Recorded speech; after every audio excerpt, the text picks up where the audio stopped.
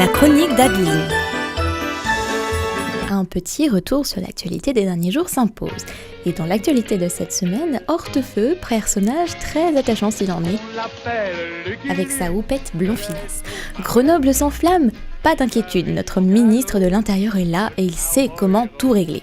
On l'écoute. Pendant trop d'années, tout a été toléré. Aujourd'hui, la loi de la République reprend sa place. Ah non, excusez-moi, ça c'est Nicolas Sarkozy en octobre 2003 quand il était ministre de l'Intérieur. Ah voilà. Aucune parcelle du territoire national ne saurait échapper à l'autorité de l'État. Ah ben non, toujours pas. Ça c'était Nicolas Sarkozy le 18 mars 2009, président de la République française. Attendez que je retrouve. Ah voilà, ça y est. Nous allons rétablir l'ordre public et l'autorité de l'État. Les voyous et les délinquants n'ont pas d'avenir car la puissance publique finit toujours par l'emporter. Sarkozy renchérit en déclarant la guerre à la délinquance. Oui, on voit ça.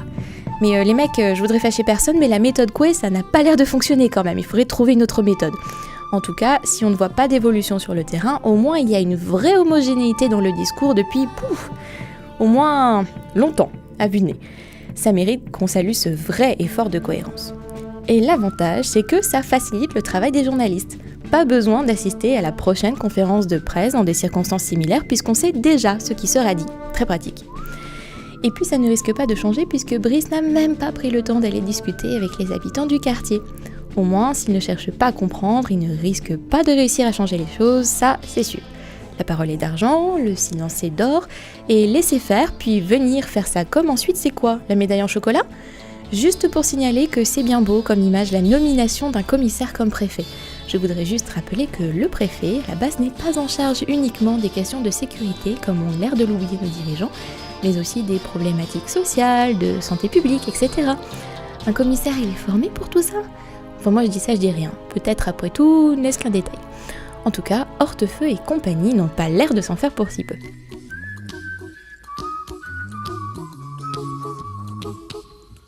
À propos de médias et de journalistes, tiens, nos justiciers de l'ombre, une petite remarque pour mes confrères et consoeurs qui ont intégré dans leur reportage l'interview de 7 habitants de Grenoble.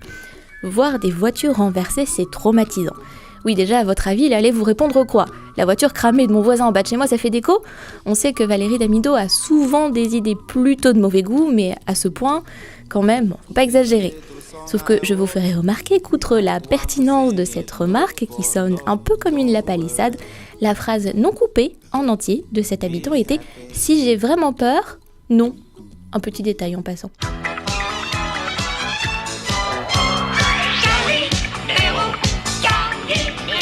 Bon, prenons un peu des nouvelles de notre ami Wörth, qui en a assez d'en prendre plein la tronche à Paris.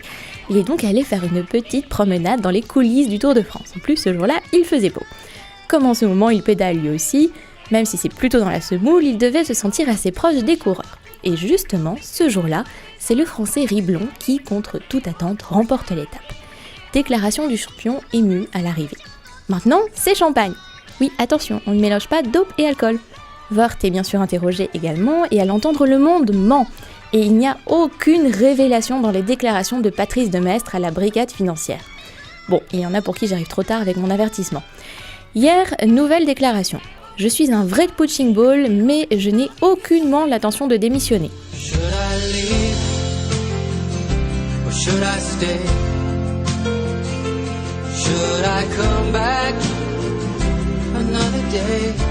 Selon Wikipédia, la source de tout journaliste qui se respecte aujourd'hui, le masochisme, c'est la recherche du plaisir dans la douleur. Cette douleur peut être psychologique, comme une humiliation, ou physique. Il a d'ailleurs ajouté en parlant de sa prochaine audition par la justice, plus c'est rapide, mieux c'est. Voilà, comme un pansement. On arrache d'un coup sec, et ensuite on souffle dessus pour faire passer. Et puis après c'est fini, on n'en parle plus. Enfin ça on verra.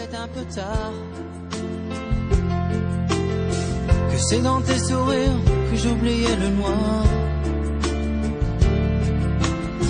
Des flashs dans mes yeux et des scènes dorées. Et c'était pour nous deux que moi j'avais tout fait.